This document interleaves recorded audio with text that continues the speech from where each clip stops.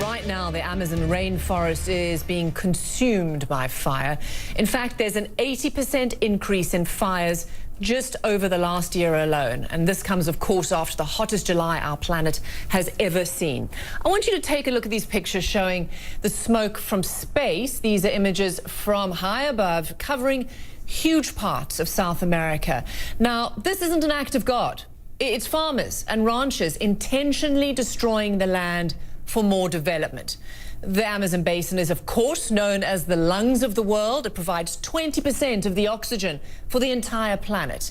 But Brazil's new right-wing leader, Jair Bolsonaro, is not bothered by the destruction. In fact, he's mocking environmentalists who warn of the long-term damage that will make the climate crisis even worse. So Shasta Darlington joins us now from Sao Paulo in Brazil. Shasta, great to see you. Really good to have you from Brazil. I mean, Sao Paulo is also feeling the effects, the choking effects of these raging wildfires. Just give us some sense of how this is playing out where you are.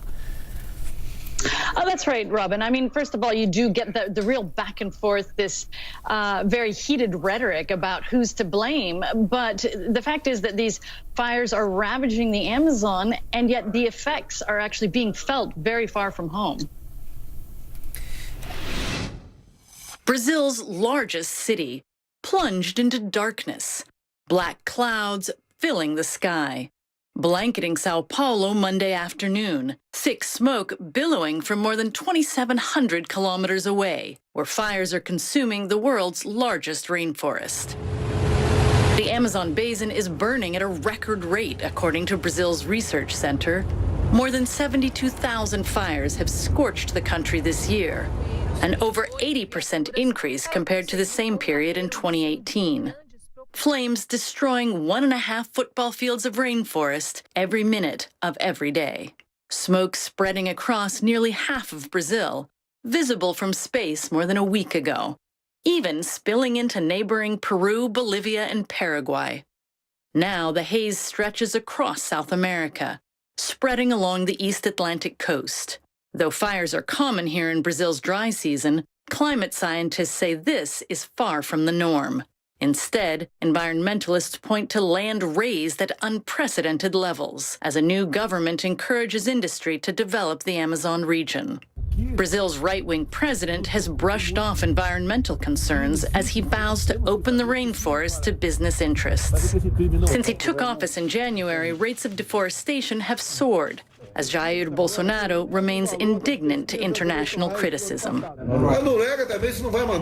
Take your money and reforest Germany. Bolsonaro bristled at Germany and Norway's decision to suspend funding to Brazil. Now, as attention turns to wildfires surging at unprecedented rates, Bolsonaro is deflecting blame. Without evidence, he points to non-governmental organizations. Regarding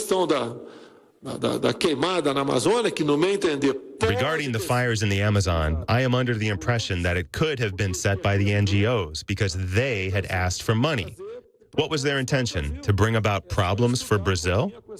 Home to hundreds of indigenous tribes, the Amazon rainforest is rich in wildlife and natural resources. Often called the lungs of the earth, the rainforest supplies 20% of the world's oxygen. If it burns to a point of no return, environmentalists warn it could turn into a dry savanna and begin emitting carbon instead, plunging the planet ever deeper into a climate change crisis. And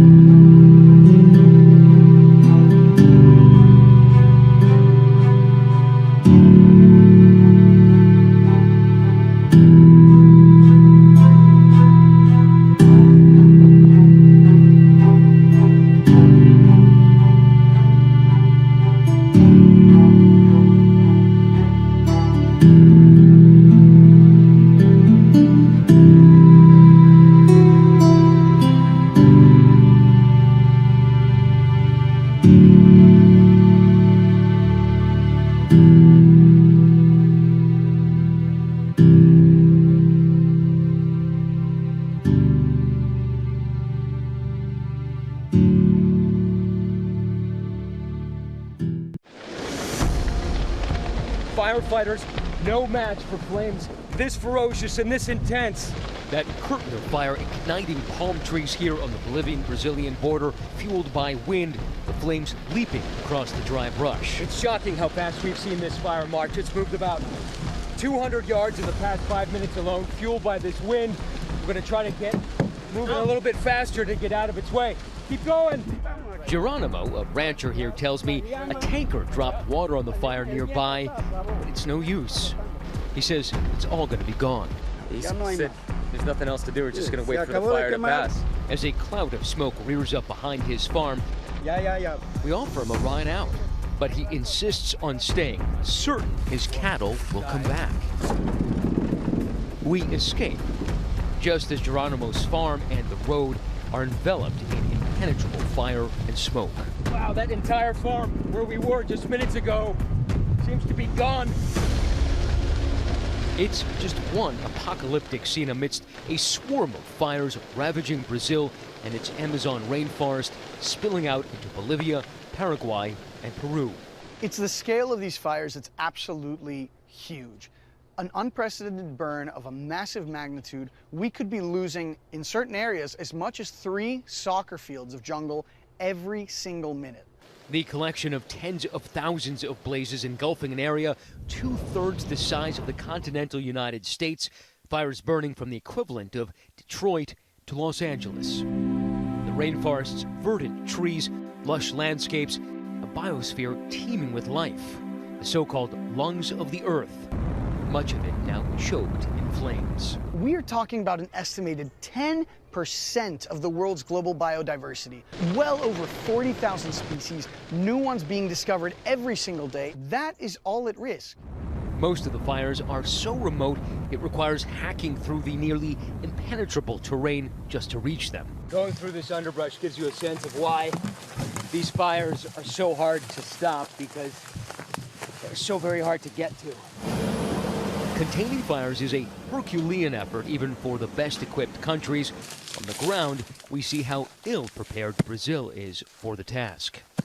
A squad of just 30 firefighters are tasked with covering an area twice the size of New Jersey. The tools they have are pretty rudimentary. You can see they have these, they look like floor mats in cars, and they're using sticks to slap down the fire. Sometimes the men just kicking at the fire. There are no fire trucks, no hoses, no radios. They're actually calling out to each other right now. That's how they're communicating in the bush, because there is no cell phone reception right here. And through that veil of flames, this villager appears. He says his name is Jefferson. He tells us he was the one who first reported the fire, even started fighting the fires himself. He's showing us how he was putting out fires. He said the fire burned the shirt right off his back, the ground scorching his feet. And you got to feel this stick. It is burning hot right now that he was holding. Also, he's got no shoes. His burned off his, the flip-flops are completely melted. But he stayed, as did those weary firefighters. The U.S. government and other countries pledging assistance. An American supertanker, the world's largest firefighting airplane, flew from Colorado Springs to Bolivia to help contain the fires there. At first, Brazilian President Jair Bolsonaro accused, without evidence, Brazilian NGOs of starting the fires. Bolsonaro's seeming lack of urgency around the fires igniting protests in Rio de Janeiro. But Bolsonaro reversed course over the weekend, authorizing the deployment of 44,000 troops. Brazil's Air Force deploying C-130 tankers, streaming over 3,000 gallons of water per drop. The ultimate question is whether or not Brazilian internal politics will win out over the well-being of the Amazon, an area that cleans our air, purifies our water, gives us water in many instances, and on top of that, holds many of the key and important solutions to tomorrow's problems. It is believed that many of the fires were started by farmers trying to clear land. Environmentalists say Bolsonaro's seeming support for the development of the Amazon over environmental practices may have emboldened farmers to burn land. We've seen a dramatic increase in deforestation in the Amazon recently, and it is driven by humans. And this is happening in part due to demand for food and other resources from the forest, and exacerbated by the decline in the enforcement of laws. The area of smoke from these fires is so large it is visible from space. NASA releasing these images, a carbon monoxide plume hovering over the Amazon. It's a double whammy from a climate perspective. We're losing forests, which are some of the best technology we have right now to slow climate change. Trees suck carbon out of the atmosphere. At the same time as the forests burn, we're releasing huge stores of carbon into the atmosphere. So it's definitely exacerbating the problem and making it that much harder to mitigate climate change. The Amazon produces 20% of the world's oxygen and helps regulate the Earth's temperature. And Brazil is only at the start of its dry season, which typically lasts until November. We need to remember that most of the Amazon is still intact. There's still a lot left worth fighting for. If your house is on fire, and let's say your kitchen catches on fire, you're not gonna say, oh, well, I lost the entire house because my kitchen's on fire. You're gonna fight for every last bit of it, and that's exactly what we need to do. We wait agonizing minutes for the flames and smoke to subside, then head back in to check on Geronimo. This was lush jungle. It is now completely charred, and we're going back here to see if that farmer named Geronimo is okay. Geronimo, señor. It's right over there. He says this part of the land was spared, largely because he had cleared that brush. And then, incredibly, Geronimo's cows came home, just as he said they would. For Nightline, I'm Matt Gutman, along the Brazil.